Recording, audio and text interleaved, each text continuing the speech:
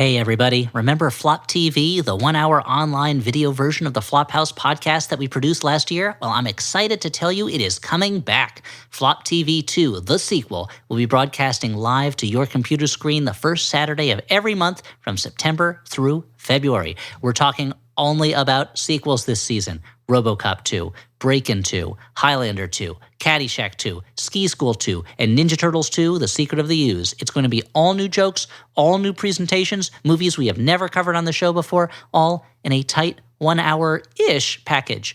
Can't join us the night of the show? That's okay. The videos for every episode will remain online through the end of February, so you can binge them or dole them out as you prefer. So that's Flop TV 2, the first Saturday of every month from September through February. For tickets and more information, go to flophousepodcast.com/events. Again, that's flophousepodcast.com/events. Flop TV 2, everything you loved about Flop TV, but again. On this episode, we discuss Wish. It'll make you wish you were watching a different movie. Guys, this episode writes itself.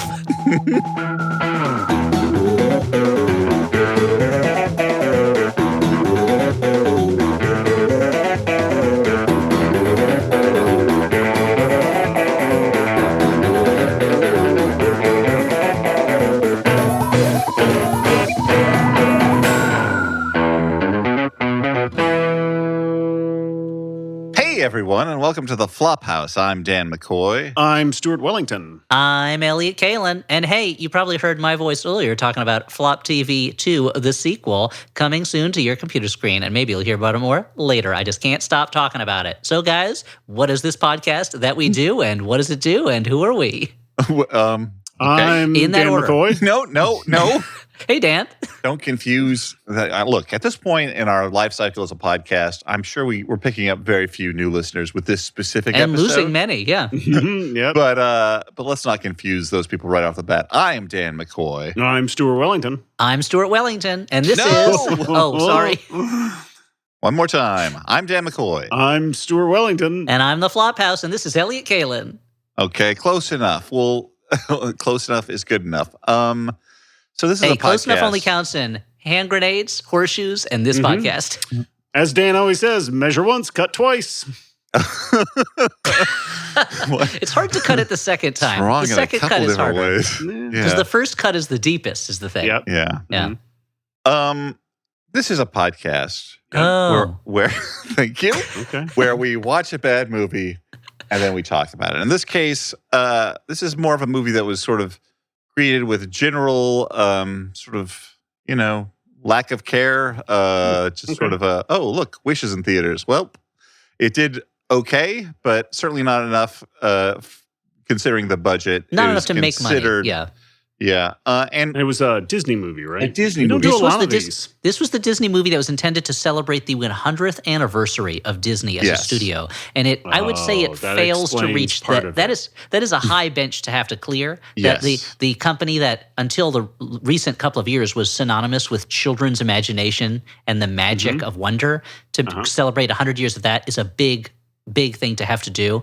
And you could say that kind of went the opposite direction, decided to underwhelm. I have heard some theories that perhaps that the weight of that did it no favors. Perhaps there was more sure. sort of general like meddling and reworking and blandening because this was supposed to be their big centennial release. I don't know. It's Who possible. can say? What I was told by my This was inside originally a hard R movie. Yeah, it was originally a horror hard-on movie. It was by the makers of Infinity Pool. Yeah, and they decided at the last Yep. minute, they'd already filmed it and everything. They decided, wait a minute, what do we do? It was about to go to the theaters, and they had to literally Yeah. drive a van to catch up with the previous van that had the film reels in it so they could stop yeah. it from getting into the Majestica theaters. was originally Aslan Rex from Majestica. Ravenloft.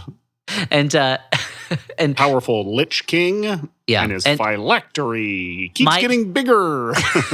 my source in Inside Disney told me that up to the release, there was a lot of positive word of mouth within the studio. They were like, this is going to be great. It's coming out great. So I'm curious about the movie because from a technical standpoint, there's a lot of really cool animation things in it. But from a story and a music and a character standpoint, there's a lot of moments in the movie where you're like, why is this happening? Like, what's going? Like, what? It's not that I'm confused about what's going on. It's because I don't know how this thing relates to that thing. You know? Yeah, and I'm trying to I don't know whether we should save the look of the film for later, or should talk about it now because you brought it up. Because I mean, let's talk about it. I mean, when the trailers first came out, I was like, I want to see this movie because because there are aspects of it that look beautiful, you know, but it doesn't. They're trying to meld traditional kind of painted backgrounds and colors and textures with CGI 3-dimensional stuff, and it doesn't. There are times when I think it looks gorgeous, and there are times when it really does not work for me. Yeah, I agree. To me, the part of the movie that I came closest to liking was the look of the film, but I feel like they kind of half-ass it. They don't commit to we're gonna do it like a throwback. The backgrounds look beautiful. The backgrounds that were, the backgrounds look gorgeous, yeah. Traditionally done, and then they put some sort of layer of digital something to merge it together. And sugar, digital, like baker's sugar, yeah. Yeah. Well, the sense. digital sugar is what I liked least about it because it does feel to me like they put a Photoshop sort of storybook filter over everything, even though it looks good. It reminded me a little bit of what were those? There's a couple video games that were part hand drawn, part digital, or they had the look of a hand drawn thing, like Cuphead, that kind of stuff. Or well, no, it was more of they did one. It was like a story game, and it was one based on The Walking Dead, and then one based on I think the Fables universe. I can't remember. The Grateful Dead. But it was that sort of thing where it's everything has a hard black outline. Mm-hmm. Yes. So it has the illusion of being hand drawn. And it has the illusion of being hand drawn, but it has the heaviness of kind of an attempt at realistic CGI. And I found that the characters move kind of slowly. Well, there's a part later where they are floating up in the air on books that are flying. They're standing on them, and it was moving so slowly. And I was like, dude, we've seen a Disney movie with flying books in The Sword and the Stone, and the books move around fast and they look cool. You know, that's great. I wanted to get at, which I love the backgrounds. The characters, which are fully CG, they feel like the blandest sort of, typical Disney designs for the most part, like what we've seen before. And I swear to God that the character animation has been getting worse over the years. There's just there's no liveliness in these characters. They don't move particularly differently from one another. Well, there's a lack of exaggeration. I think in a lot of animation in general, and I don't want to speak ill of animators because my assumption is that this is a direction that's been given, is that there's been such an attempt over the past 20 years to replicate reality in animation rather than like Rick and Morty. Yeah, exactly. Yeah, the world we live in. This is more movie animation than TV animation, I guess. But there were times when I remember seeing Cars 3 in the theater with my kids, and there were times when it just felt like I was just watching a truck driving down a road. A real one. And I was like, well, I don't really want to watch a movie about a real truck driving down a real road. I want it to look like a cartoon. Unless it's dual. Unless it's, I should preface this. If I'm watching an animated film about talking cars, then I don't want to see a real truck. I mean, where it's Fury Road. I want to see real trucks doing that stuff. What if you just made a mistake and you accidentally took your kids to The Hitcher? That'd be a hard mistake to make. It's not a new movie. Elliot's the real life version of the meme. He's gonna tell my kids this was Cars 3. But I think there's when we did Gnomeo and Juliet or Sherlock Gnomes, whichever one we did a while back, there were times when it was wow, the textures, these gnomes really look like they're made out of real ceramics. And it's but that's not why I go to an animated movie to see. That's what kids care about in a cartoon. Yeah. And I think the character animation does err on that side of how would a real person move? And it's how would a exaggerated person move? How would a funny person move? Yeah, so you're not really getting much aside from the the bevy of characters that all look like that the kid from How to Train Your Dragon, it's a million of mop-topped kids with giant noses and super skinny bodies. There's also a ton of characters, and it does not need to be that many. There's the main character has a whole gang of friends who each have one kind of personality trait that Monica, there's Chandler, Joey, Phoebe. Phoebe, exactly. That monkey, what was his name? Marcel. There's Ross, of course. Sure. Not familiar. Who could forget Ross? No. No, but she has that gang where it's one of them is always kind of sneaking around, and one of them is kind of a dumb guy, and it was and one of them is kind of a very judgmental short gay boy, and it's I don't know why these characters are all here. Well, can I tell you something about this? I looked up IMDb trivia about this. Again, IMDb, not necessarily the best source, but I believe this one. And these characters were sort of loosely intended to mimic the personalities of the dwarves, with one of them being grumpy, one of them being sneezy, etc. And if I had not read this trivia, I would never in a million years have believed that these characters have any personality, let alone the exaggerated personalities of the seven dwarves. It shows you when Disney is at its best, and its best is, it's hard to achieve. When it's at its best, it can take characters like the dwarves from Snow White and so quickly imbue them with personality, and so quickly give you that feeling of like, I know this character and this is a funny character. Yeah, this movie does feel like blander. It feels generic. There were times when I'm watching it where I'm like, this feels like another company trying to make a Disney movie, which is kind of the worst thing you can say about a Disney movie, I guess. Yeah.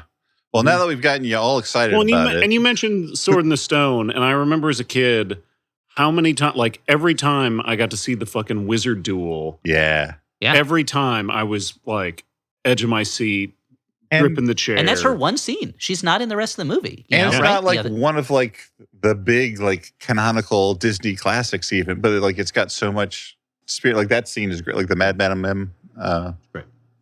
Anyway, enough grousing. Let's get into the plot. Let's do some carousing. Dan, pop those brewskis. Woo.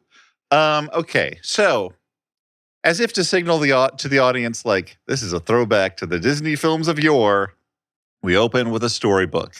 Mm-hmm. I think that's exactly why they're doing it, Dan. No, I'm not being sarcastic. I'm sounded telling. Like you were. Well, I'm being sarcastic about the transparentness of the effort to associate it with beloved properties of the past. Mm-hmm.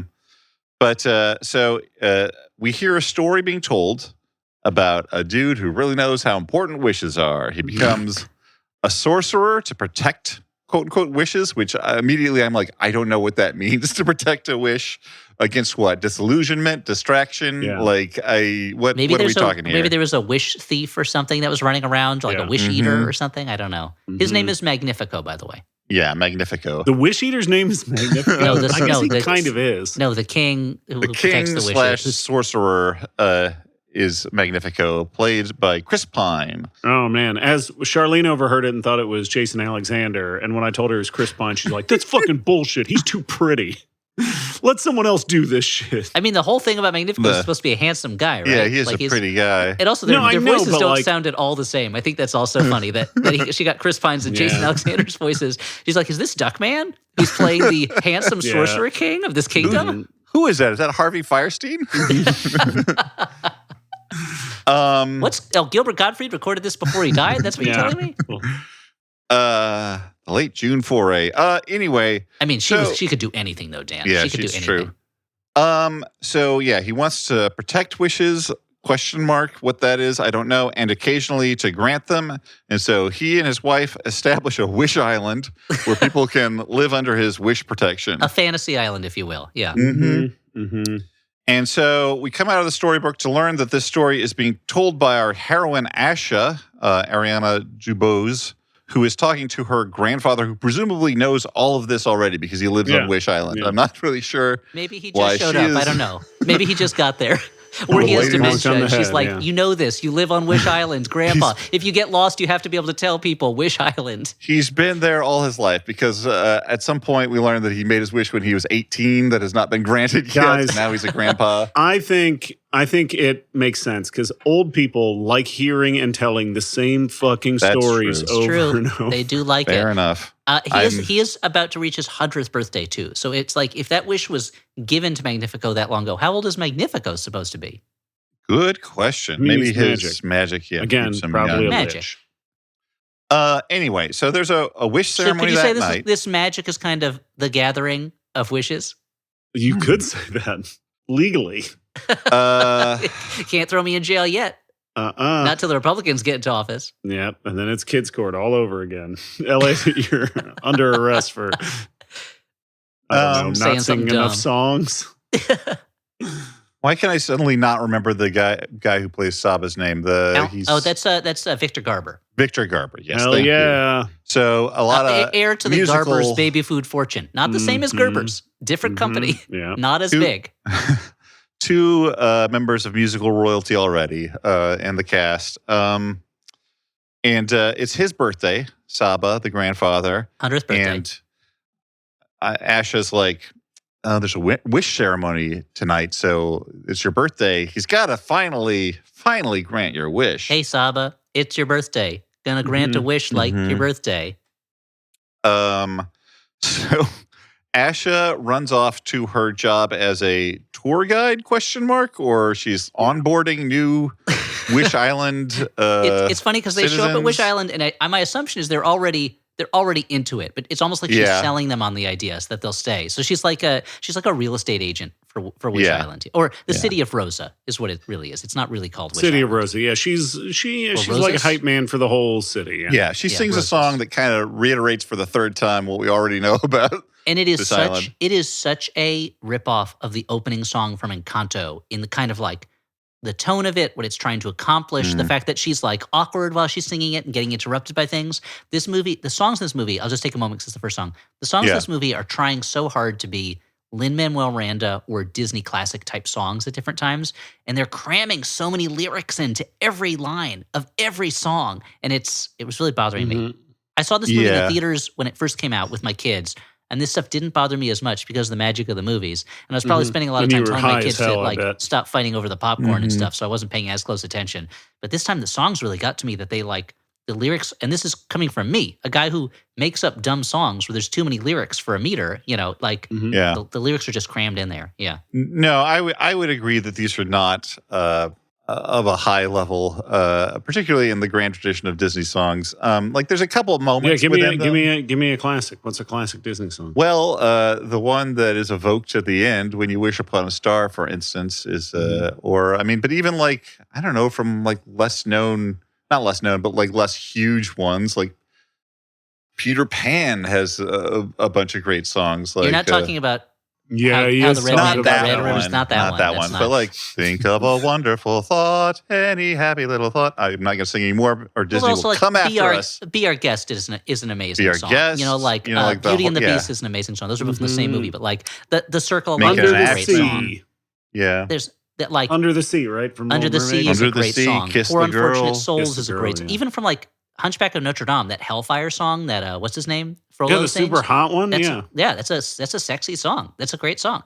Like Disney songs are among the best songs in any movies. They're not the best song ever written for a movie. That, in my opinion, that's probably Over the Rainbow. But like, I thought it they're was Everybody Wants Some from Better Off Oh, Dead. I was sure that you were going written to go for with the that film? Dokken yeah, song, yeah, Dream Warriors. Dawkins Dream Warriors. Yeah. yeah, because even Freddie is like, who are those guys? Who are those guys? Man, they're crazy. But Disney songs, it's a high benchmark to reach. Like there are a bunch of great Yeah. songs in Moana. There's a bunch of great songs. Like the thing I think that made Encanto a success were the songs in that movie. So it's but these ones are not quite at that level. Yeah. These are more along the lines of like whatever songs are probably in The Fox and the Hound that I don't remember, or the Aristocats, Yeah. Everybody Wants to Be a Cat. That's in the Aristocat. Name another song from the Aristocats, Dan. That's the only one I can. But at least that one has one that I remember. That's true. So Are there any songs in The Black Cauldron? Probably not, right? I don't think so, unless there's like a zombie marching song that I'm forgetting. But there must be songs in like Home on the Range, right? I've never seen that movie. I don't I've know. also never seen Home on What the about Range. Brother Bear, another one I've Road never to El seen. Dorado? Is that Road to El Dorado. That's not that's a not Disney Disney. movie. That's That's DreamWorks. Oh, Yeah. But like Treasure Planet, I bet that has songs in it. I've never seen it. yeah. I gotta watch these. Atlantis, never saw that one. I gotta see it. Dan, I you're don't making me think- really want to see all the Disney movies I missed when I had no don't. reason to. Yeah, I think I saw Atlantis, and it has some interesting animation, but it's pretty dull. is Didn't what I like remember Mike about that. Mignola or somebody get involved? Yeah, he in did the some design work for it. Yeah. What about Dinosaur? Do you remember that one? Was that an animated one, It or was is a that? CGI animated one. Yeah. Yeah, only vaguely. Okay, but let's get back to What movie are we Wish. talking about? Wish. All right. There's a movie, a Wish little movie called are Wish. we talking about? It's about wishes. Oh. Not just a singular wish. Wishes in general. So she visits her friend in the castle. This is her friend that I'm told is supposed to be the doc of the group because she has glasses Yeah, and that is makes sensible. sense. I see. But But her he's job the- is to make cookies in the shape of Magnifico's face for Magnifico to eat. And this is where we learn that Asha has an interview to be the apprentice to the king/sorcerer. And we meet some other characters, including Simon, who has had some sort of light extinguished in him because of the lack of the granting of his wish. They're all also, less than 18, so creeps back off, and so they haven't yet given their wish. At 18, you give your wish, and Simon is over 18 and gave his wish, and since then everyone is like, you're dumber and more boring since you gave your wish. You seem narcoleptic now. Yeah. And then there's Gabbo, who is supposed to be annoying, but I found him succeeds. so viscerally unlikable that I wanted somebody to kick him right out of the film. Perhaps Judge Doom to show up and with a bag of dip. Throwing in some dip, right? Irritating. And he's not irritating in a like manic way. He's irritating in a like, I'm sarcastically judging everybody. Yeah, like why are we friends with this guy sort of way. He's mean to everybody. Anyway, she goes to her interview. There's Bazima, there's Safi, there's a bunch of other. All memorable. Yeah. There's a guy who's allergic to lemons, so he sneezes on a cookie. That makes him the sneezy of the group, and that's the only thing I recall about that guy. That's Safi. Man, you guys did a great job.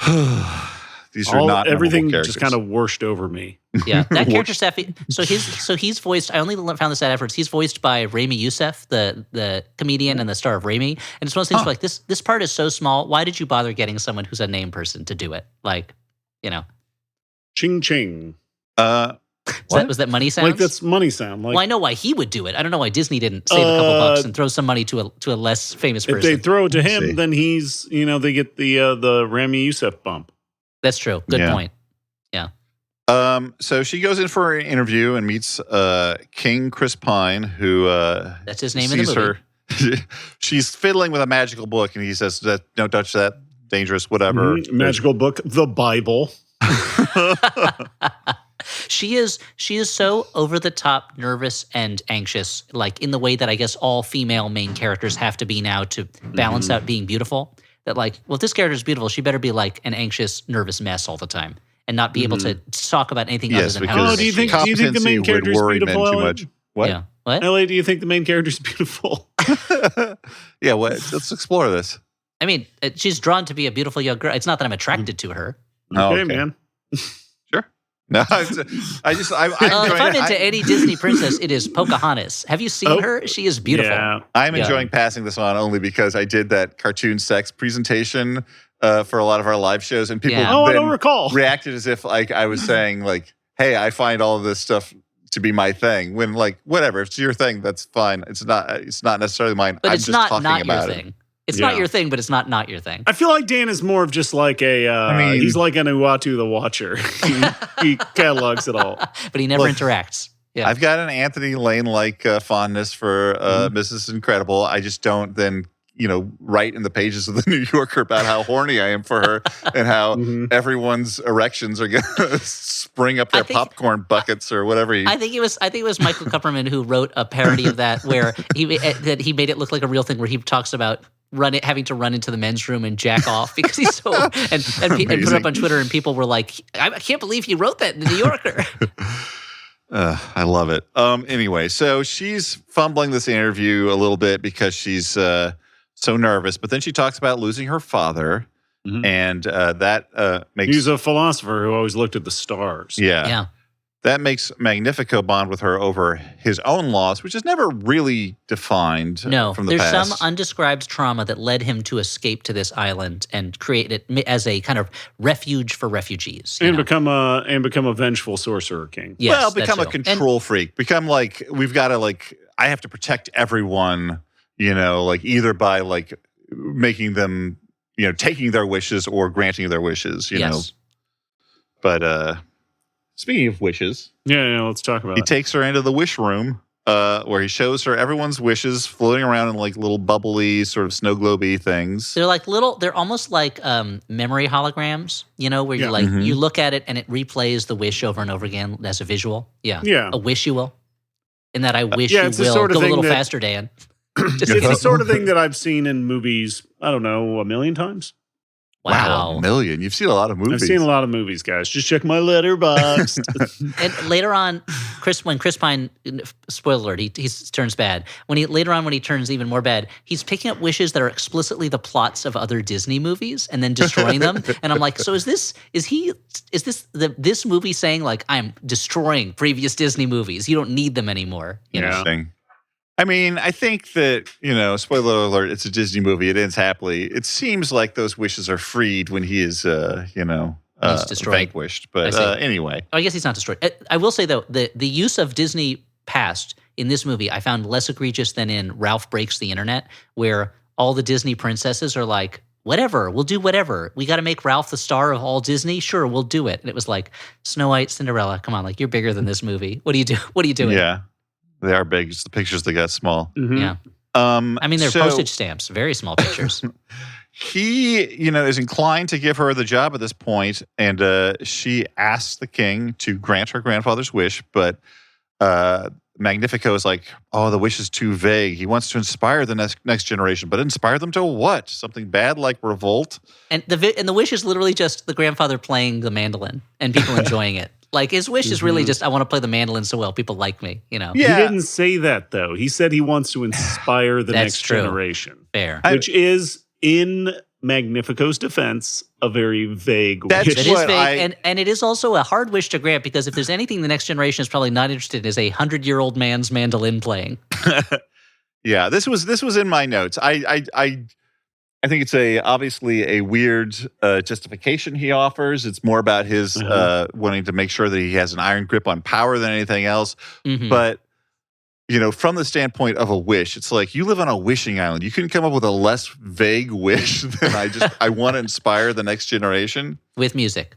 Something specific, guys. Make it easier. Yeah, why don't you just on say, the like, Wishmaster? I want to fucking play the mandolin a bunch and have young people be like, sick. Yeah. Yeah, pretty much, yeah. And Listen to this guy shred on his mandolin. Yeah, do a big rip off their vape pens. So Asher I will realizes... say, for the record, there are no vape pens present in the movie. Yeah. Oh, lame. Asher realizes that the king is just keeping a bunch of wishes he doesn't intend to grant. And she's like, well, if you're not going to grant them, why not give them back? These are like essential parts of these people. And Because also, when you turns give out- your wish, to him, you forget it. All you know Yes. is there's a special part of you, this thing you desire more than anything else, that exists as an idea somewhere, but you don't know what it is. You no longer have it in you, which is a weird aspect of it, because then it's one, why are you missing it so badly if you don't know what it was? But also, why would you give up even the knowledge of it? Well, I think it's not less that you're missing it, but like it's some essential part of you that you have given away. You're giving part of your soul or your heart. Yeah. Yeah. But Oh, man. so this If is where... If only. Only Magnifico could just take that away from me. Wow. Well, we'll unpack that. Maybe in the mini. We're not going to unpack it. No, I don't think so. So, Unless Stuart pays us $150 for the hour, or 50 minutes rather. Wow, that's that's a pretty affordable therapy. Well, I'm that's not how accredited. That's what. Yeah, Yeah, I as guess you're right. non-accredited therapist. But you guys can, this is how we you guys undercut. can, you guys can the write competition. me prescriptions for medication, right? I can We prescribe we you. can write them, but we can write it. I can prescribe you consumer goods that are available, over the counter. Oh, cool. So I can retail therapy. I can be like, you need a new hairbrush, that kind of stuff. or like a sleeve full of Oreos will cure your depression. Yes, yeah, exactly.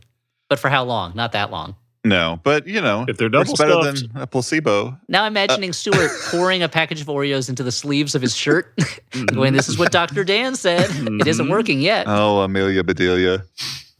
So, yeah, this is where we learn that the king is like sort of over paternal, this control freak. He's like, better, like unrealized wishes cause people pain. Better I keep them safe and they forget about it.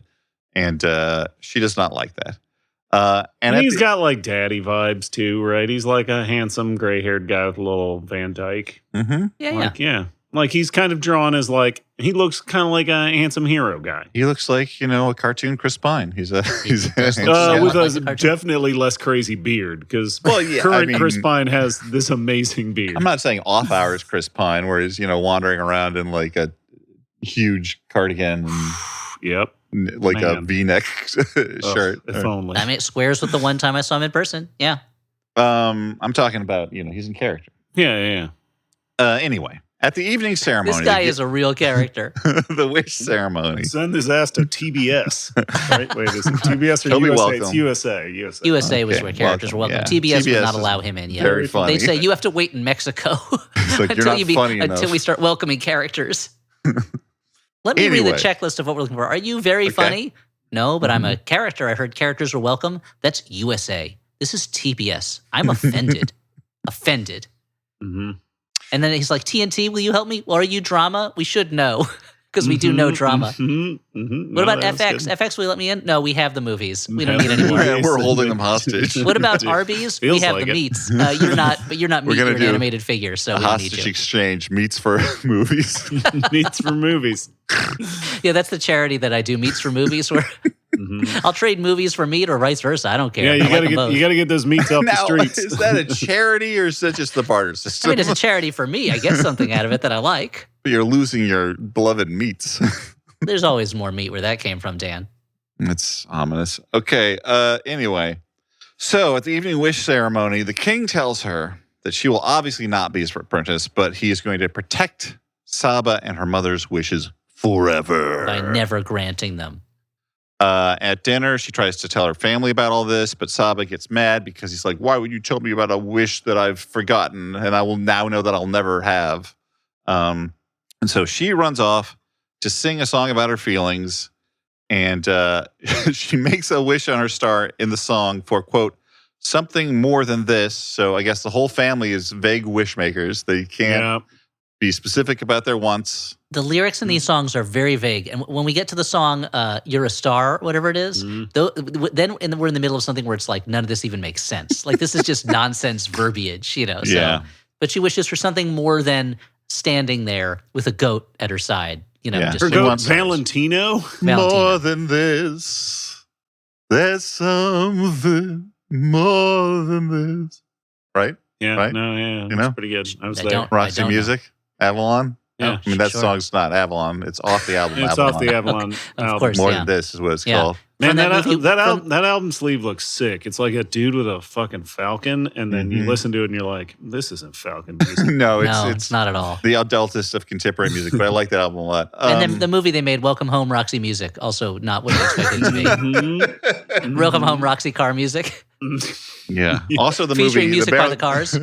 the Barry Levinson movie Avalon is not a very good adaptation of that album No, either. a so. lot of development work went into changing Yeah. that. Yeah, they just had the name in the end. Yeah. Anyway, so her wish causes a magical light to go across the island, and the king is like, "What's up? Someone's using magic." And everybody turns out- loves this light. Nobody can talk Yeah. about anything other than this light, and they think the king did it. And he's like, I didn't do it. Stop talking about it. Mhm. Turns out the light is from a magical anthropomorphic star that's fallen to Earth, and the star plays with Asha and her pet goat for a while, sprinkling stardust around that gives plants and animals the ability to speak. I would And call this. sing. I would call the star kind of R2D2 type figure. Yeah. You know. Yeah, Kind of like a minion. Yes, like a minion, but not as bonkers and manic. And it's not like the genie from Aladdin because it has no personality other than kind of being kind of like a baby, like an innocent baby that's a little cute. I mischievous. mean, like in a It's cute. cute in a- mischief. movie that is low on memorable characters, the star would, in my power rankings, would be, one of the higher characters. I mean, think, but not at as high least. as Valentino, right? No, Which one? Valentino, voiced by Which the one is goat, that? voiced by Alan the Tudyk. goat, The goat, voiced by Alan okay. Tudyk. Yeah. No, the Veteran goat, voice actor, Alan Tudyk. the of- star, been in many Magnifico. of other Disney movies. Yeah. Resident alien himself, Alan Tudyk. King Candy himself. King Candy The man himself. with two dicks. Now, He- not my Yes, favorite the name- Disney movie, but Mr. it's pretty good. The man with two dicks. Yeah, Yeah. It was, that was the last one that Walt worked on before they froze him. And Yeah. it really shows that he was losing it a little bit. Yeah. So No, I love See our Alan dicks. Tudyk. See our If- dicks. We have two dicks. That was a big song at the time. This was it's like weird that they. 1963. It's really weird. Yeah, it's really weird that they Then made a everyone gets movie arrested. about the direct or the voice actor. It makes sense. Yeah. It seems crazy until you start watching, then it all makes sense. It So may- yeah, I it got a makes- question. It's better than it sounds. Yeah. If they had made the star character like a genie from Aladdin type character, Mm. who should have been the big personality voice? Who are we talking? Are we talking Kevin Hart? Hart? There's a time when it would have been Chris Tucker. There's a time when it would have been Has Kevin Hart done a voice in a Disney movie? I don't know if he has. I'm going to look up Kevin Hart voice acting. But maybe if he's scripted, it would be fine. I've been seeing him do like the Olympic stuff recently, like with Keenan as his co-host, and like Keenan's great. When Snoop Dogg came on, Snoop Dogg's great. I forgot Kevin Hart was Snowball in The Secret Life of Pets. On, he was funny. Kevin Hart is floundering in this show. I forgot Kevin Hart's done a bunch of animated stuff. So he might. I bet you they would have had him or someone like him or the younger version of him. Anyway, although with the general kind of blandness of the movie, maybe it would be like Colin Jost or someone like that. They sing a song at this point saying that it's possible. The fact that why is it possible that they can all talk now? Because they're all the same. To borrow a quote from Carl Sagan, we are all made of star stuff. Asha, these mushrooms, this star, all star stuff. Valentino, the talking goat. Now that he's talking, and I'm like, whatever, man, fine, sure.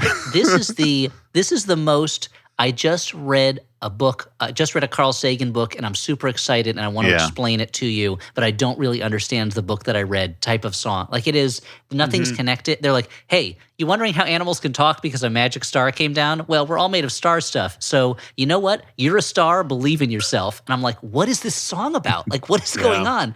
And they're like, there's like a deer will have like a California surfer dude type voice and things like none of it makes any sense. Classic character. Yeah, like I love Stu's sad shaking his head. Like, he's just resigned to. What I'll say is, I feel like of the songs, this one has stuff going on. Yeah. There's certainly a lot of stuff going on. It's all disconnected, but it helps that it's a lot of animals, so they can be slightly more cartoony than the humans in the movie that move herky-jerky like they're in an episode of Reboot or something. Mm-hmm. Yeah, they do. Yeah. So Asha and the Star realize that they shouldn't just waste this magic giving goats the voice of Alan Tudyk, even though that's a fun thing to do. They should go to the castle, get those wishes. And meanwhile, the king feels threatened due to his past trauma and almost uses the forbidden book of forbidden magic, but the queen is able to talk him down for now. Asha takes the star to the castle and confides with her friends that she has a star, and this is revealed to them via a chicken dance number. A bunch of chickens doing a thing conducted by the goat. Yep, the goat is directing them. Again, the magic has allowed them to express their inner dancers. Oh, okay, like a chorus line or something. Yeah, very much so. It's a big Broadway type dance number. It's the kind of thing that Disney would often do to finish a big song in their movies, but here it just kind of happens in a closet. Yeah. I mean, on the one hand, I don't want to argue with it because it's something that's happening that has a little bit of fun. On the other hand, it's like, why is this the Dan, thing? wait, Dan, I feel like we didn't scratch the surface of that song, I'm a Star, and how nonsense it is. So I just want to read some lyrics to you. Please. So here's a part where they say, see, we were all just little nebula in a nursery. From supernovas, now we've grown into our history. We're taking wise right out of mystery closure. Now we're taking in all the star exposure. And you're like, what? What did any of that? And then later on, they start all singing about how, he goes, here's a little fun allegory that gets me excitatory. This might sink in the morning. We are our origin story. And it's like, nope, didn't. I don't know what's going on in this song. Each verse is a different animal or tree or mushroom that is like, hey, Asha, let me explain it to you. Here's some more nonsense that doesn't make any sense. So it's as if you took the whole movie of Cats and crammed it into one song. And it made even less sense. Yeah. So it's a song where, they keep attempting to explain, but it keeps getting stranger and more esoteric. Yes. But she does not react in a way.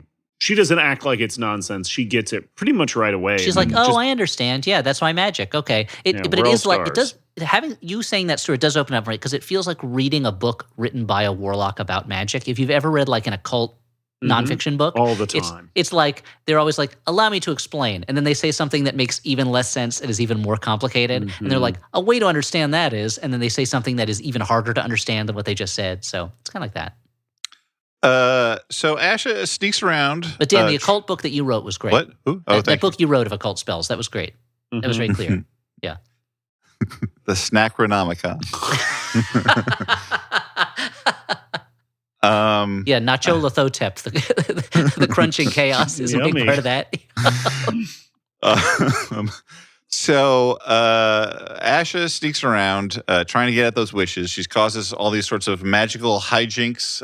She doesn't. The star just starts blasting shit all over the place. Well, I mean, Yeah. I think the blame is shared. Anyway, meanwhile, the king is outside downstairs making a speech about how there's an unknown magic user putting everyone at risk. He needs information.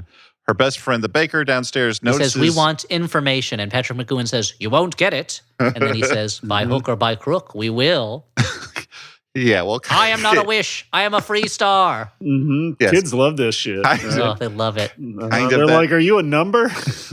Good question. I am not a number. Next question. Any follow-ups? Is there like a weird giant white bubble that follows and sucks you in? Oh my God, those are wishes. I'm so glad you asked. Yes, that's a giant wish that absorbs you.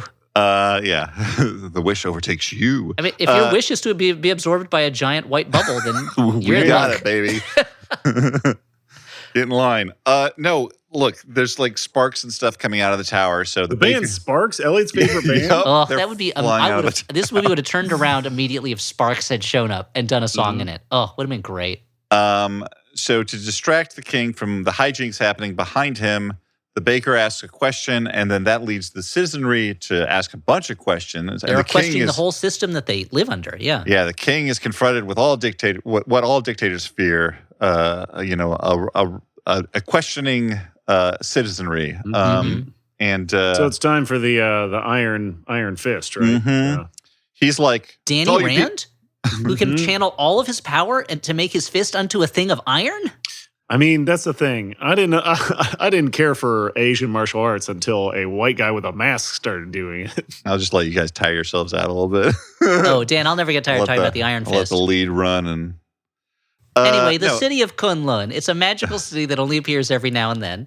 No, at this point, Magnifico gets angry. He's like, "Is all you care about is wishes?" And I'm like, "Man, you built a whole wish-based society. You were at fault here."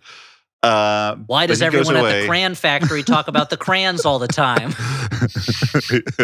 He goes and he sings a petulant song about how he wants unquestioned love. And I gotta say, Chris Pine Is this Pine's voice? Is he was a belting pretty it out? good singer in Into the Woods. And here he feels like he's struggling with this song. Oh, I who's think he it's- playing Into the Woods? He's one of the princes. Princes, yeah. I mean, he his sings performance Agony. in Agony is really fun. Yeah. they do that song really well in that movie. One of the I think few things that movie does well. Yeah. I think this song, he's trying his hardest. This is a tough song. Like he has to keep, because it's also like they keep interjecting slang into it. Like he has to change attitude from one line of lyrics to the next, and it's a long song. It goes A on for lot a of long it is time. sort of like speaks sung to. Yes, like, Rex Harrison style. I will say this is one of the catchier songs to me in the movie. I mean, there's some verve going on because, we got one of the more energetic voice actors at least. But anyway, Asha manages to escape, but only with Saba's wish. And she takes it to him. He reabsorbs it into his body. A little creepy, yeah. Yeah. Kind of but- Existence style, yeah. And they're happy for a moment. But then the king shows up and tells Asha she's been turned in. And he at this point, he crushes her mom's wish in his hand and monologues about how all the time he was protecting these wishes, but he didn't realize all the power that they could give him. Because when he crushes it, he absorbs it, Existence style. And the star distracts Guys, the when king. you go out for dinner, you ask when they say, "Do you want this Existence style?" Do you ever say yes? I've never said yes. Well, I they don't. bring the bread out and then I just mush it in my hand and I absorb it. Yeah, I mean, my problem is I'm afraid I'm going to get like a soup that then I'm going to need to assemble. And I'm not, I That's don't like fair. making models. It's not my thing. You don't want so. deconstructed food. You want the cook to do the work, not you. Yeah. I see Stuart's face like, look, man, we're different people. You'll enjoy it. You My can- problem is you can have my soup. when I eat a chicken or a duck, like, me, I eat the bones. I crunch them and I suck That's the marrow right. out. And then if the waiter's like, "Oh, you were supposed to make a gun out of that," I'd be like, Yeah. "Uh-oh." That's the Maybe problem. my tummy will do it. I'll poop it out. Can I poop out the gun? Yes, the bathroom is over there. So the star distracts the king enough for them to escape.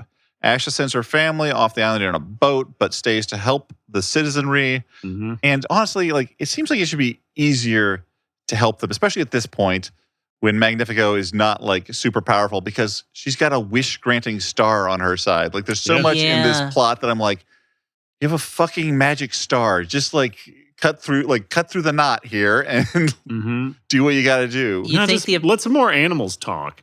Yeah, the ability to kind of warp reality by letting animals speak, you think would play a greater part in the solution of the movie. I'm surprised more of the animals aren't like, stop eating us.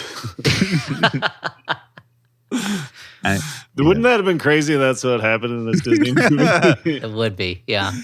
Hey, you know what? Maybe don't put us into zoos because we can talk. Yeah, like a staunch like vegan message in this 100 years of Disney movie.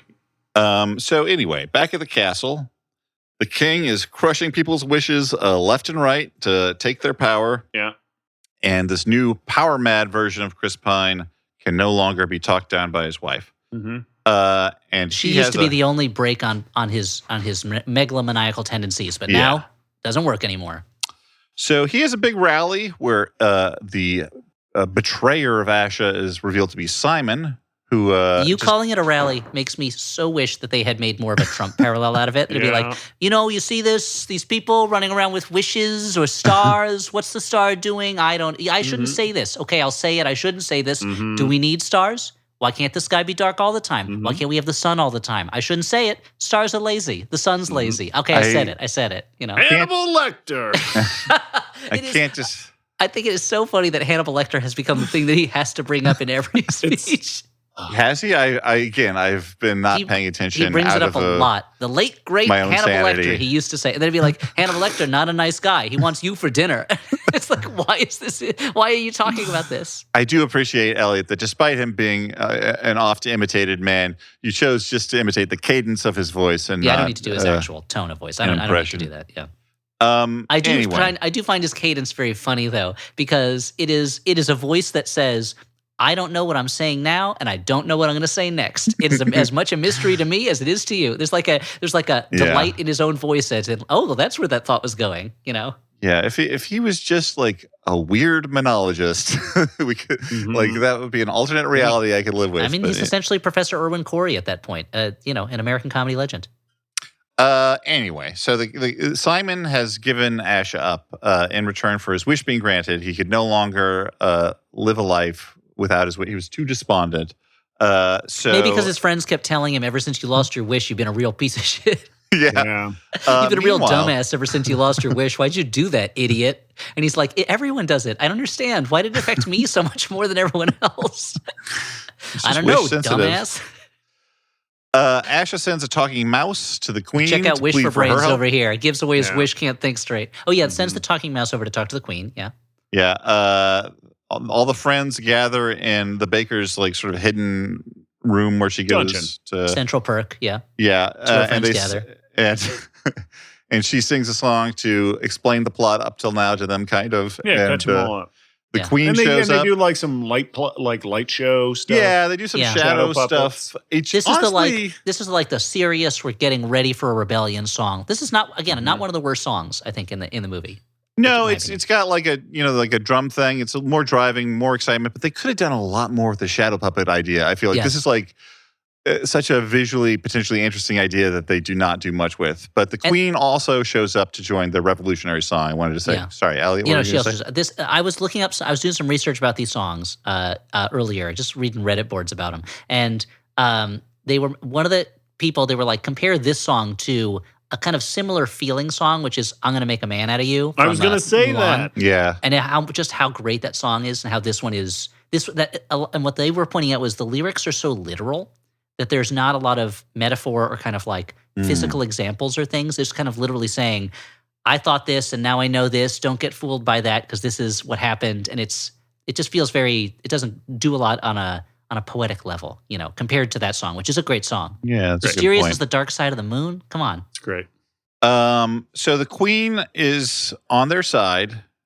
She sneaks Asha's friends into the wish chamber, and meanwhile, Asha is trying to distract the king away from the castle. The only person who has magic is not going to be the one who goes to the wish chamber. Yeah, none of it makes sense. Out in the woods, the star turns a stick into a magic wand for Asha, and yet again, I'm like, well, why can't you just solve everything, you fucking useless wish star? You really were getting mad at this And cute it's star like, that earlier you loved. I mean, Yeah, it just makes like a little giggle and covers its mouth, and you're like, that's not an answer. the I mean, there's star a is part, the star, the star does is some, cute. the star is cute. I mean, look, she's like, Star, don't be inconspicuous. And so the star puts a big handlebar mustache on his face and kind of creeps Right. around. But it is true that like he's like, oh, by the way, I can give you this magic wand. Hey, it turned an apple enormous, and then she's trying to use it and she can't figure out what to do with it. And it's like, Star, just do it for her. Like, where are you going? Like, I don't understand. Yeah, I feel like this is just like something that would have been such an easy fix on the screenplay level. Just add some bullshit rule, like some guardrails, something that restricts the star's seemingly unrestricted power to explain to us why. But none of that work is done. So I'm here yelling at a children's movie. I wish I could Anyway. watch it with you and see you yelling at the children's movie. Wish. Asha, that's my wish. It turns out Just that's what it use the was. That's what star. Magnifico took from me. It's Yeah, just you'd an image forgotten of Dan until now. shaking his fist at a TV over and over again. I And mean, the you- wishes are basically just gifts, right? They're basically just gifts inside of snow globes. Yeah. So she's doing this. Asha's friends are doing some unfunny shenanigans, trying to open the roof of the wish chamber to let those wishes free. They managed to do it, but surprise! Oh, a reveal! It's not actually the king who has chased Asha. It's Simon. He's been cloaked in sorcery. spell, Blah blah yeah. blah. Yeah. But this threat on her is resolved almost immediately when a talking bear leaps on him, one of her woodland friends, and he's left to presumably be beaten up by a bunch of bunnies who show up looking angry. Back at the castle. The bear has the hilarious cartoon name of John. Well, that again is a reference, I guess, to Little John From Robin Hood?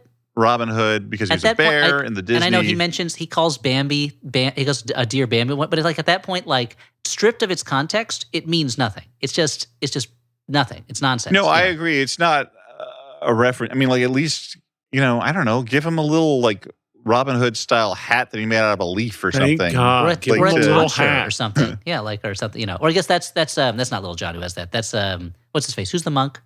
Friar Tuck. Yeah. Yeah. I'm getting mixed He's up. like what's he, like a mole, I think? Friar Tuck? What? A mole. Oh. Not like a mole for like the other side. Not Yeah, for, yeah, I was but gonna like, say, Yeah, I was like, he's surprised. not working for I was the like, I sheriff didn't think of Friar Nottingham. Tuck I sold out think Robin he's Hood. like He's like a I think mole, that's the animal right? he's Like kind of supposed to be. like a rich sauce with a lot of ingredients. Okay, can you Takes a name long some time of to those cook. ingredients? Pepper.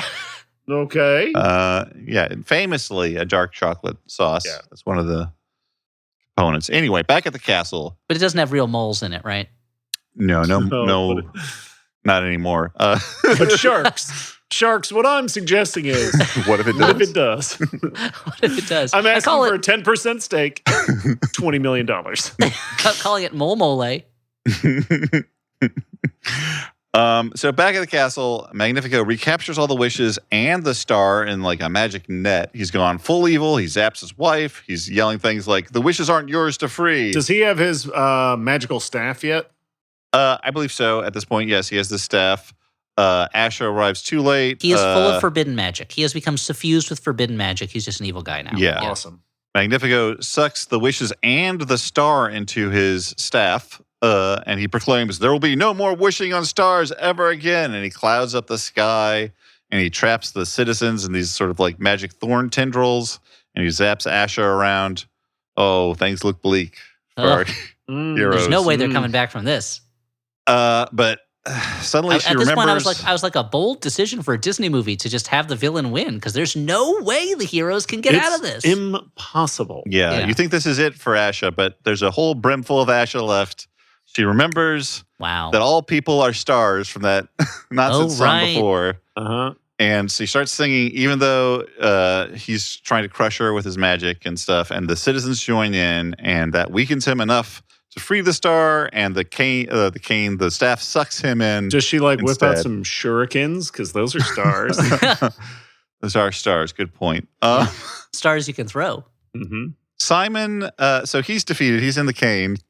Simon Staff. apologizes they for. put it. He's in like a little. He's in kind of like a little mirror lens, right? And there was Mhm. part of me that was like, are they implying that he's going to become like the mirror in Snow White that talks to the evil queen? You know, That could be Oh.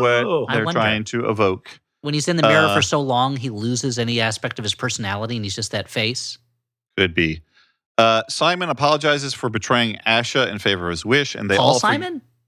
and they Yep. all forgive him way too easily for my liking, especially considering that the queen is like immediately like, see ya to her husband, who arguably like a lot of his actions were influenced by bad magic. That it was Mhm. not. Oh man! Necessarily. And, you know, the neighboring countries are like, "There's no sorcerer there anymore. Time to invade." Time to invade Rosas. Yeah. But anyway, the star leaves Asha with a magic wand so she can be the town's fairy godmother, where she'll presumably just grant wishes willy-nilly, devaluing any sort of human effort. It's like, yeah, that's a better system to just have a teenager with the ability to grant whatever wish she feels like at the Mhm. moment. Teenagers are just like sociopaths, though, right? So yeah, it's fine. Yeah. And the star has to return to the sky in time for Geppetto to wish on it, presumably. I mean, which I have to assume is hundreds of years later, Yeah. if not longer. Like, but maybe it's the same. All the world as characters we have seen up to this point are naught but dust on the Mhm. ground, except for Magnifico, who resides for eternity trapped inside of a mirror. yeah. In some ways, he has the last laugh. He will continue to exist when everyone else goes back to being just star stuff. I feel like there's a certain amount of madness that comes along with being trapped inside a mirror forever. Mm. One of the great A certain British amount? ska bands. That's okay. Yeah. And to finish off the movie, Asha tells the town people and the audience to just keep wishing and sends them out into the lobby to buy Disney merchandise. But But that's a good point, because when I pulled this up, I watched it at home. Yeah. I didn't see it in the movie theater. Mhm. But when you pull up the like screen for the movie, in between the like name of the movie and the play button, there's a big thing that's like buy merch. Like I took a screenshot Oh, really? of it, but it like literally says like wait, let me pull it up. And during It the says- credits, I It assume says enjoy access to merchandise. Visit Enjoy the shop access tab to learn more. I'm like, I Enjoy love access access to to merchandise. for I too enjoy long it has frequently. my access to merchandise been barred by forces beyond my control. I assume you guys didn't watch the credits, but during the credits, images Watch some of of it. Yeah. images of past Disney characters show up. yeah, in the stars. And then at the end, we see Saba playing When You Wish Upon a Star on his mandolin. He got his wish to inspire future generations and also to spit on the graves of Lee Hartline and Ned Washington, the actual composers of that song. I'm sure I said it wrong, but at least I'm saying their names rather than No, but that's true. If you buy the sheet music from that song now, it says composed by Sabino. Yeah. yeah. Yep. And it says under that, it says, you remember the guy from Wish. Uh-huh. And then under that it says, the movie Wish. Yeah, I didn't realize I didn't realize the whole 100 Years of Disney connection here. So at first I'm just like, why are they just showing me old Disney shit in the credits? But that makes sense now. Even knowing that, it's kind of a weird thing to do because it's not. Disney has done a lot more meta stuff recently than it used to. But it feels like if any time you were going to do a meta thing about the characters from Disney movies coming together or something, or why they exist, it feels like this is the movie to do it, and they don't go very far with that, Although if they had, I'm sure we would do in the podcast, and I'd be like, I hate this stuff. Yeah. We'd be like, why are we watching Kingdom Hearts the movie? I do Yeah. think this is arguably, as you say, a Pinocchio prequel, just like focusing like what's the origin story of that star? I gotta know. But anyway, let's do final judgments, whether this is a good, bad movie, a bad movie, or a movie we kind of like. I want to say off the top, I went to the very negative New York Magazine review, and I was looking. I disregarded the great advice to never read the comments. I was reading the comments. There were a lot of people who were like, why are you hard on this? It's a movie for kids, and I get it on the one hand, and we've been very hard on a movie for kids. Like if kids enjoy it, that's great. I'm happy that they're having a good time. Mhm. If like adults enjoy it, it's great. I'm happy they're having a good time. for me, this is podcast is nothing if not highly personal opinions on things. I am someone who really likes a lot of Disney stuff. I know that the company has its negative sides too, but it has a history of some beautiful artistry. And I love a lot of Disney movies. I love a lot of Disney animated movies specifically. Mm-hmm. Like this movie was just so damn bland, and I just want it to be held to a higher standard. That's all. Yeah, you were talking about how much you love that one song from Peter Pan. Nope. That one song from Dumbo. Nope. Yeah. So I like a lot of Disney You're a big stuff. fan of that one centaur in Fantasia. You're like, why'd they cut out that centaur? The one that We don't. I don't even know what you're talking There's, about. there's a scene- there's there's a- some there's a scene in the servant centaurs. there's a servant centaur in Fantasia who is very much a kind of like black slave girl caricature, and she has been very rightfully snipped out of the source, the current prints of that movie. What about the priest in Little Mermaid that gets a boner? Is that still in there? I don't think that was I mean, you would intended too, as a- right? Have you seen Ariel? Yeah, I'm more of an Ursula guy. Anyway. I mean, have you seen Ursula? Va Ursula's- voom, Zoftig. Come on, and the tentacles? Yes, please. I think Ursula's coded not to be interested in you, Stuart. That's why I like Ursula. Anyway, yeah, I'm just saying we don't cover a lot of Disney stuff because honestly, it usually has a base level of competence, but this one was not very good in my opinion. I say bad. Stuart. Yeah, every once in a while a movie comes along that really shakes the preconceived expectations that I might have going in. We watch this movie and we watch the movies for this show, and we call our show The Flophouse. So we already go in thinking that we're going to be watching potentially a bad movie. And you know what? This was a bad movie. I didn't enjoy it very much. It was kind of boring. It didn't look particularly good. I felt everything looked really flat and moved kind of slow. And it was kind of like a pale imitation of the things that came before it. The music was not particularly great. Even the vocal stylings of the various talented cast members did not shake me out of my disappointment. I was not a fan. Bad. I'm also going to say it's bad. I will say when I saw it in the theaters, I was much more forgiving of it.Maybe it cast a little bit more of a spell on me, but watching it this time, I was like, this doesn't really work for a lot of different reasons. And it's too bad. Like you guys are saying, like Disney as a corporation is one thing. I'm not a big fan of their corporate behavior, but there's a lot of Disney movies that mean a lot to me. And I would want the celebration of the centenary of that studio to be something really special. And that's hard to do. And they, for whatever reason, they lack in the special elements that make those movies so memorable and so magical, for lack of a better word.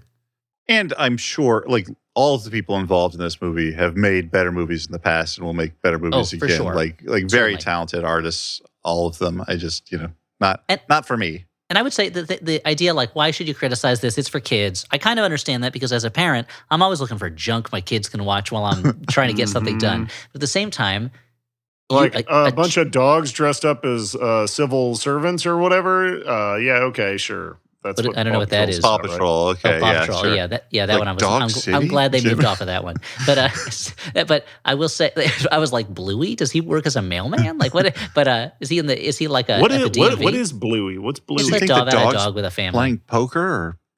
But I was going to say that in some ways we should expect more, especially out of entertainment for children, because even though their standards are lower, the need for them to see and experience things of quality and to establish an understanding of kind of like what is possible when you connect with great art is even bigger. If you raise a kid on crap, then they're not going to have a hunger when they're an adult for better things. And I say better things, knowing it sounds snobby, but a hunger for things. You're talking about the Pamela Adlon show, the Better sitcom. Things. Yeah, exactly. Yeah. They're not going to want to watch FX's hit show, Better Things. But you want a kid to have the experience of seeing something where they're like really touched by it. And I've seen my kids experience that watching movies. And it's always a little disappointing when they watch something and they're like, that was okay. When my kids really want to see this movie, and after they saw it, I don't think they ever talked about it again, which means it didn't make much of an impression. Yeah. It was like the first time Dan saw Porky's, right? Like it really go meant on. something to I him.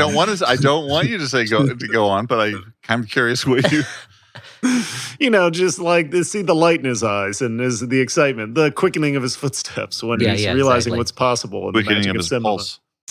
I want kids to go to the movies or watch movies with a feeling this is going to be really fun, this is going to be great, rather than, okay, I'm just watching something, Yeah.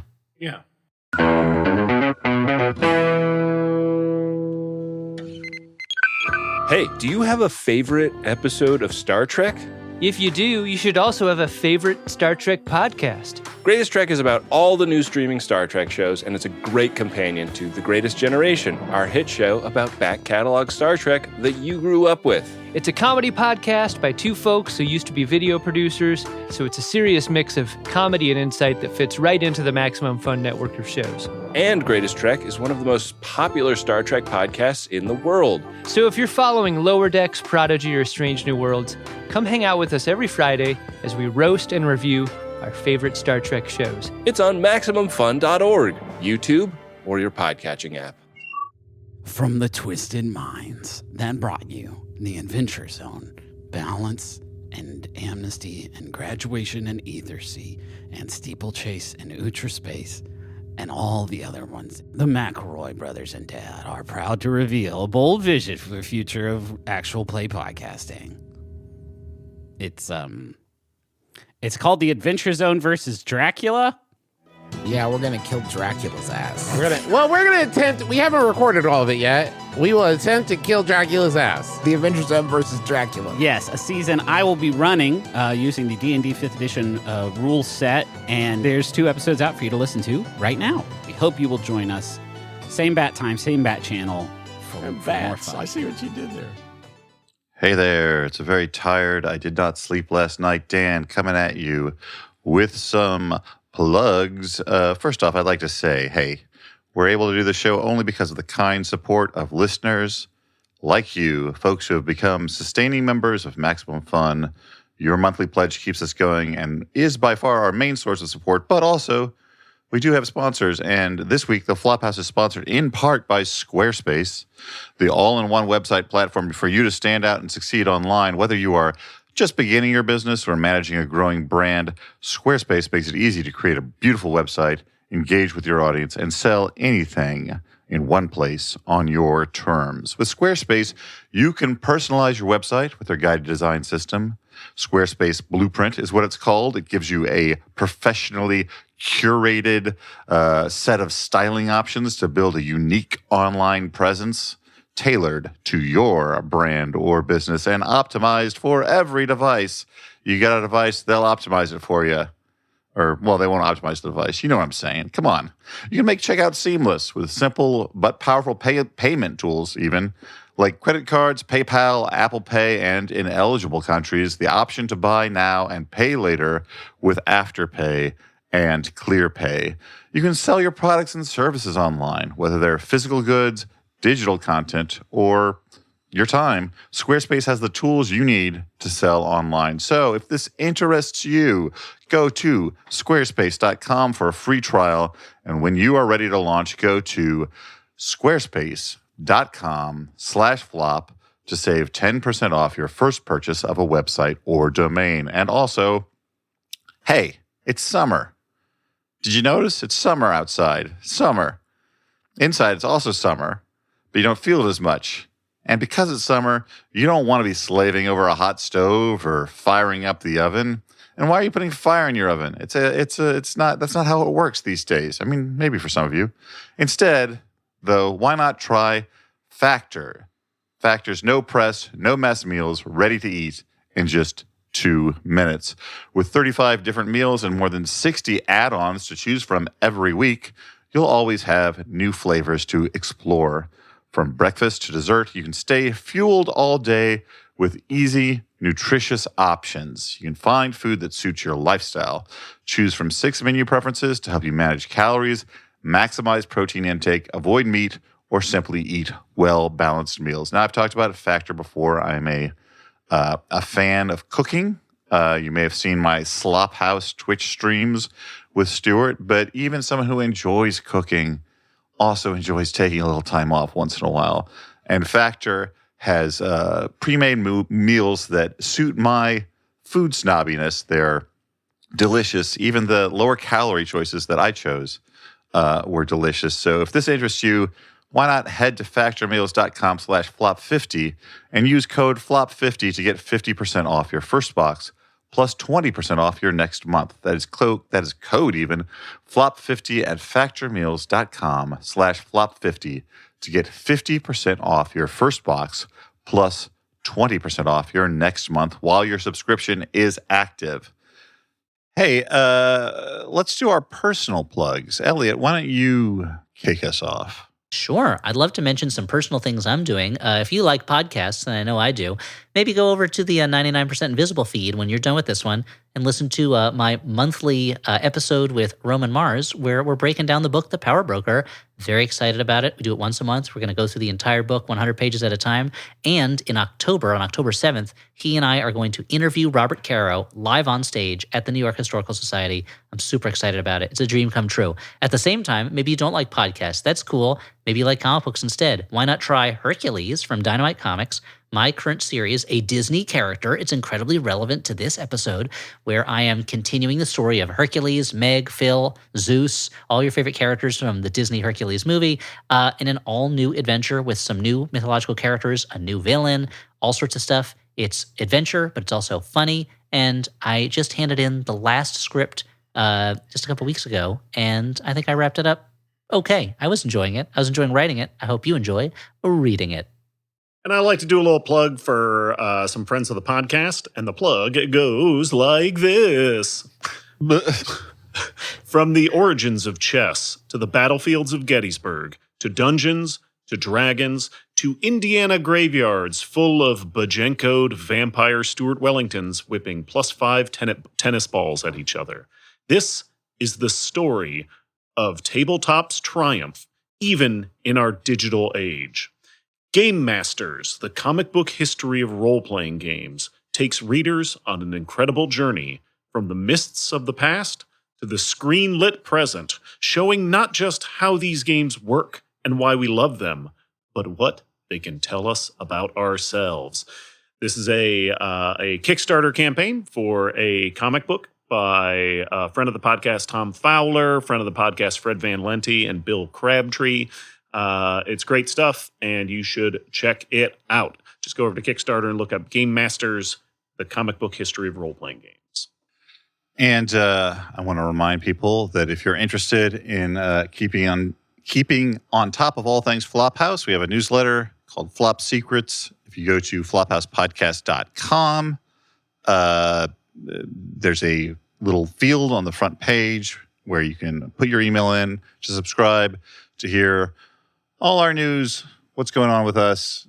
I include, fun things that make it fun to read as well. This last one that went out, I did a last chance mailbag where I answered a mailbag question that otherwise might have never been gotten to. So if that's something that you're interested in, that's the kind of thing that's also in there. Also, I used this last newsletter to announce another newsletter, my personal newsletter, which I just am about to start.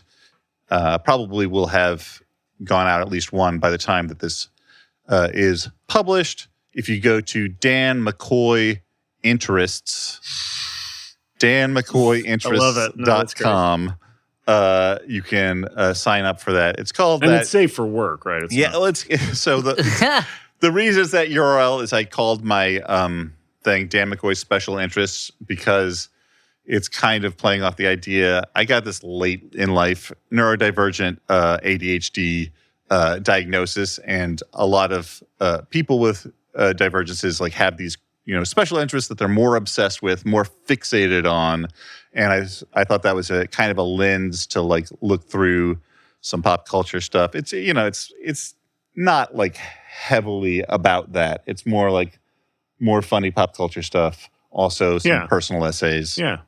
So check That's that out. great.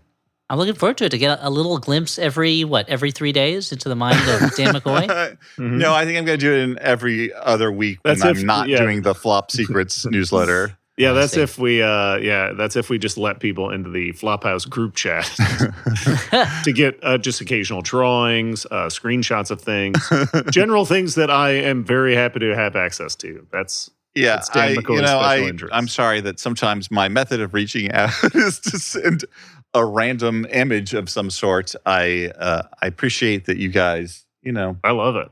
endure and mostly enjoy. Yeah, I'm just glad it's no longer just the image that you made of yourself where the eyes and the mouth were kind of like ripped out and replaced with some other image. I forgot what it was. Very, very disturbing to me. Oh, I don't remember that, but it sounds like it was like something a mishmash of a picture of you, and I think that picture of the woman who painted the bottom of her boobs to look like Garfield's eyes. Oh, right. Yeah. Right. Yeah. Mm-hmm. That's Mishmash, me. I think, is the technical term of that work of art. Yeah.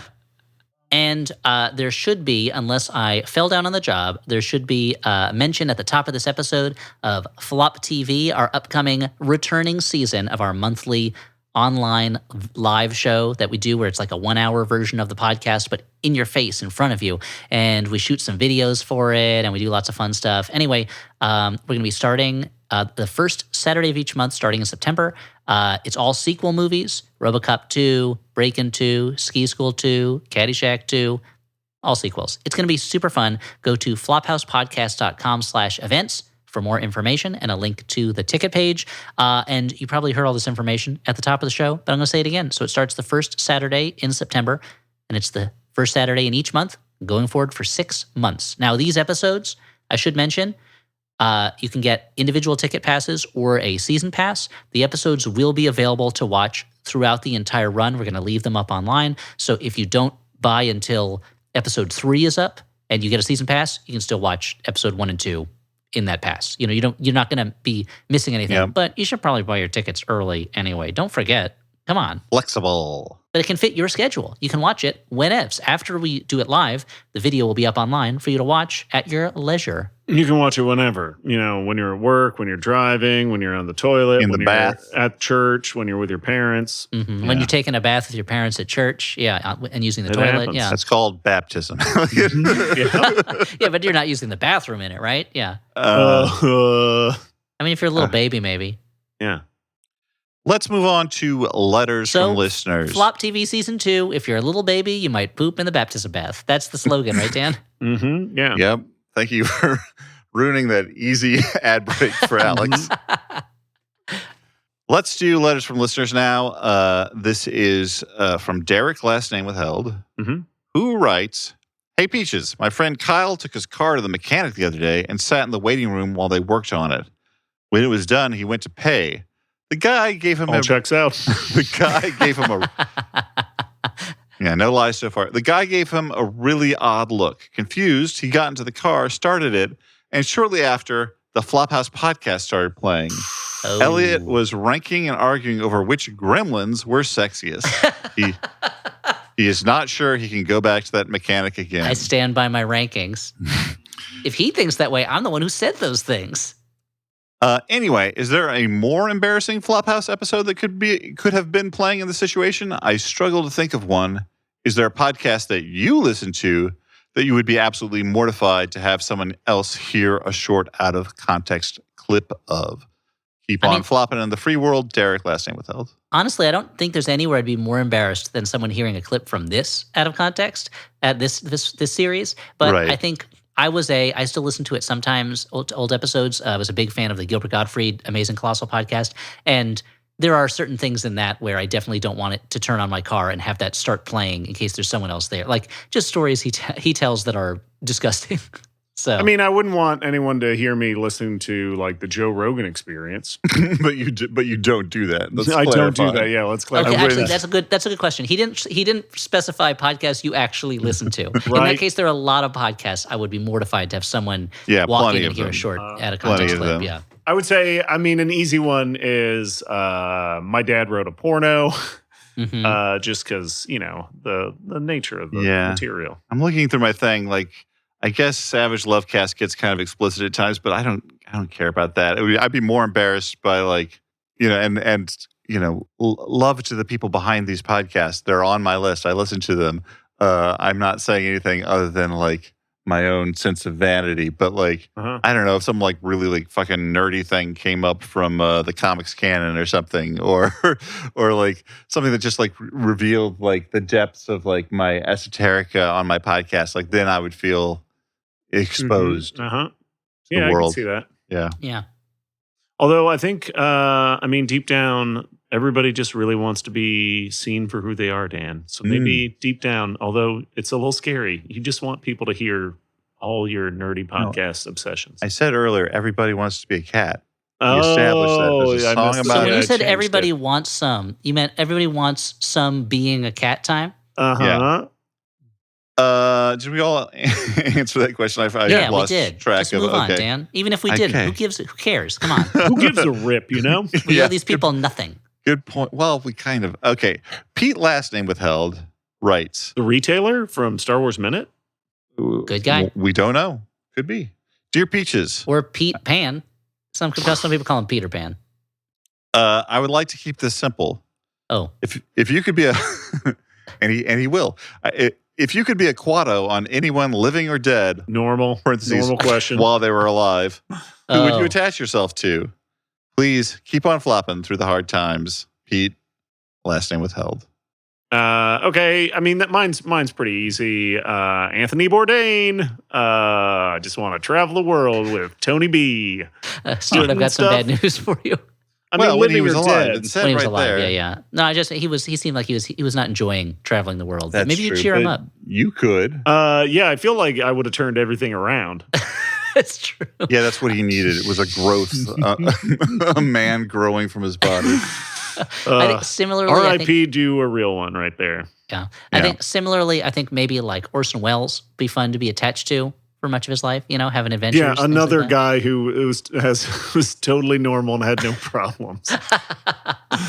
Yeah, I mean, nobody has no problems. I you know. I was thinking about this. I was like, I don't know that I would want to be attached to anyone. No, of that course not. I mean, that Dan, we I- have to buy into the premise that we want to be attached to someone's belly, which we don't. I don't want to be attached to anyone that I like too much Oh. because, like, then I'm worried about the burden that having a little version of me attached to them. Dan, you're not a burden. And well, I mean, if I'm attached to you as a No, tumor I man, can, That's I a- can understand that's a- having that's to a manage gift. Dan's emotions all the time while he's attached to your And- tummy could be a bit much sometimes. Yeah. but also, like, I'm going to learn something about them that I don't want to know. Like, that's part of the Yeah, problem. what it smells like when they use the bathroom, that's for sure. Yeah. So, Well, maybe it smells like cookies or something. I don't know. I don't Yeah. know. Maybe. So, Dan, what whose if I poop was would just smell like attached cookies? to a dog? So, okay, so you're being scraped along the ground all the time. Life. Sure. Yeah, I mean, it'd probably be on the A back really of the tall dog. Yeah, Let's it's say. a super. It's Yeah, a tall dog that's on Marmaduke. 2 legs a lot of the time. Yeah. I love the idea. Dan's like, yeah, I don't know. It'd be unpleasant to learn unpleasant things about someone. So I guess I'll just be a human body sticking out of an animal. I mean, actually, like dogs are pretty generally in good spirits. Yeah, I think it's the chill quality of the lifestyle that appeals to me. Yeah. Chill quality of the lifestyle. I don't Have you have met to, like- dogs, Dan? Get mad at there's plenty of chill dogs. There's plenty of them out. I'm Stuart, back I'm me up on on this. board. I mean, I've heard of snow dogs, but I've never heard of chill dogs. Let's recommend movies for fun. So Let's do Snow that. Dogs is a movie about Let's recommend movies that we saw that might be a better use of your time than say Wish. Stuart, I want you to go first. Yeah, I'm going to recommend a movie now. This is one of my classic Stuart Wellington, totally not biased reviews. I'm recommending a movie that I saw at Fantasia Fest last week in Montreal. Sacre bleu, zut alors! That's because they speak French there. I'm going to recommend the latest movie from friend of the podcast, director Steve Kostansky.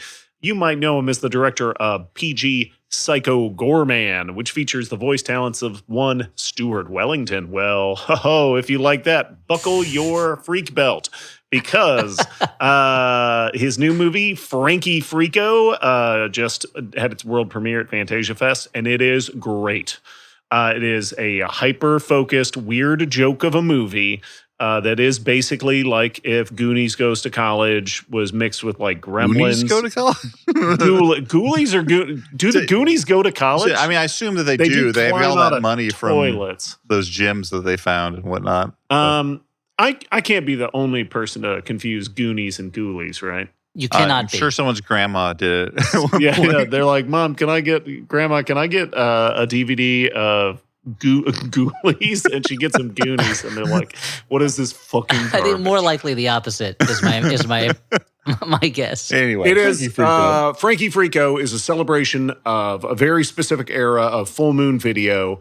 If you ever had the experience of like renting a weird movie on VHS from your local video store, and on that VHS, there was an even weirder trailer before it, and you're like, what the fuck is this movie? I've never heard of this.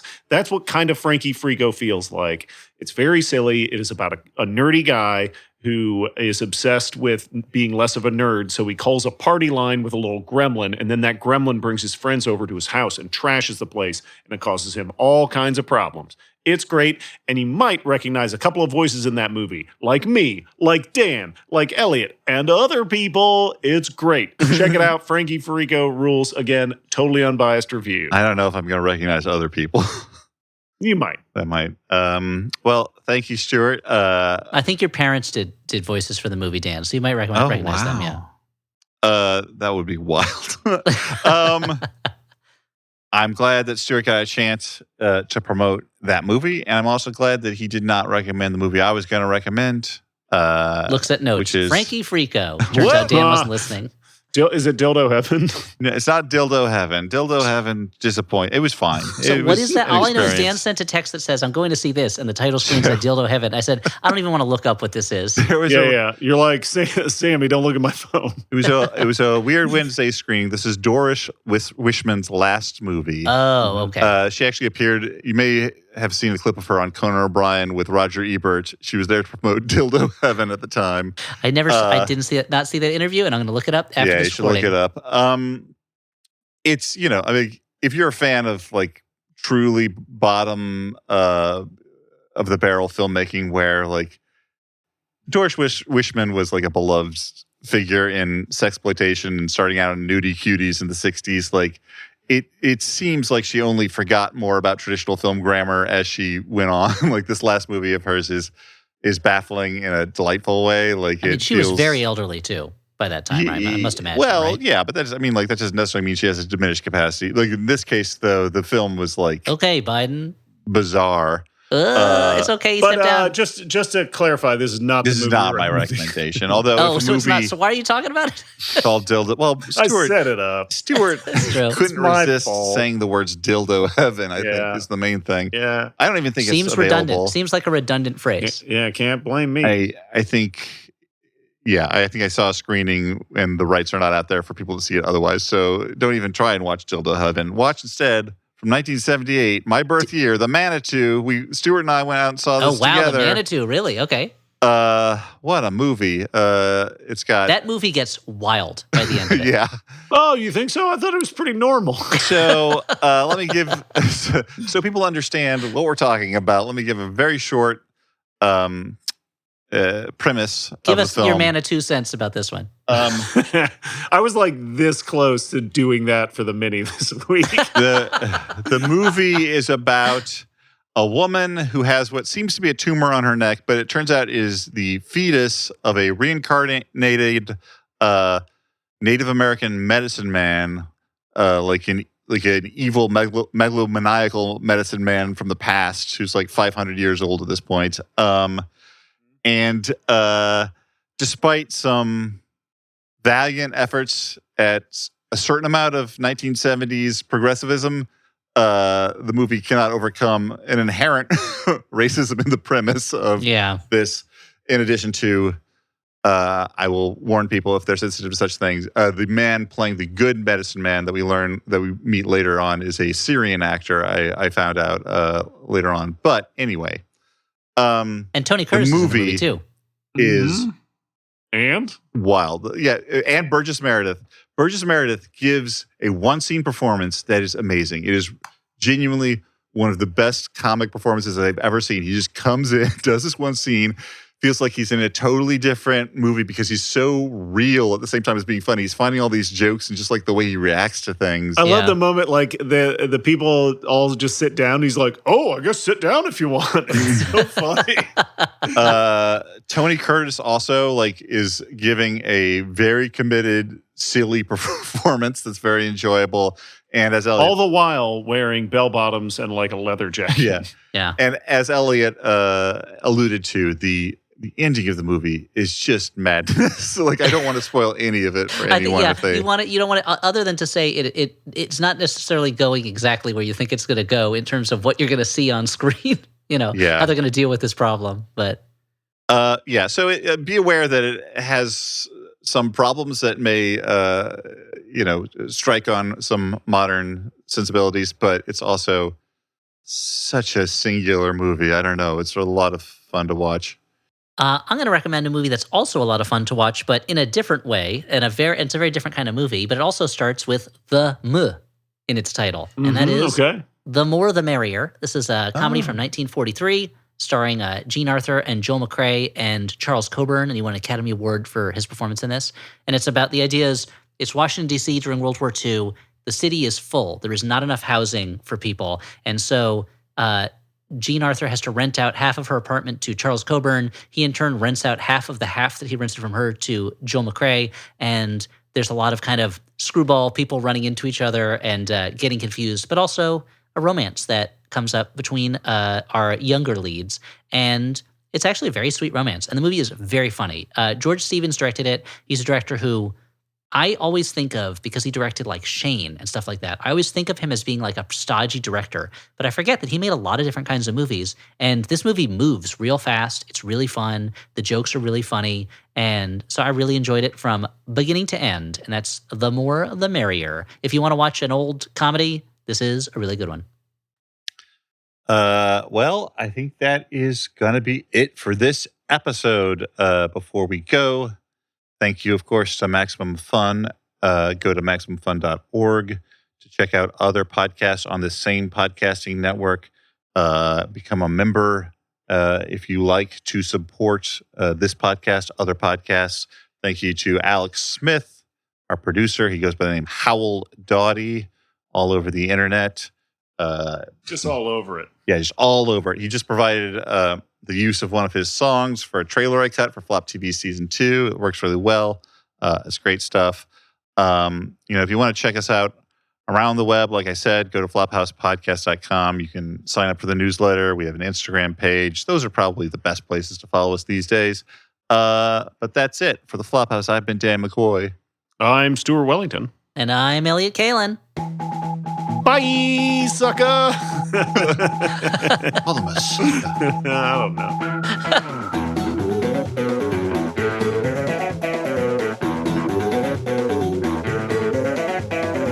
On this episode, we discuss Wish. What?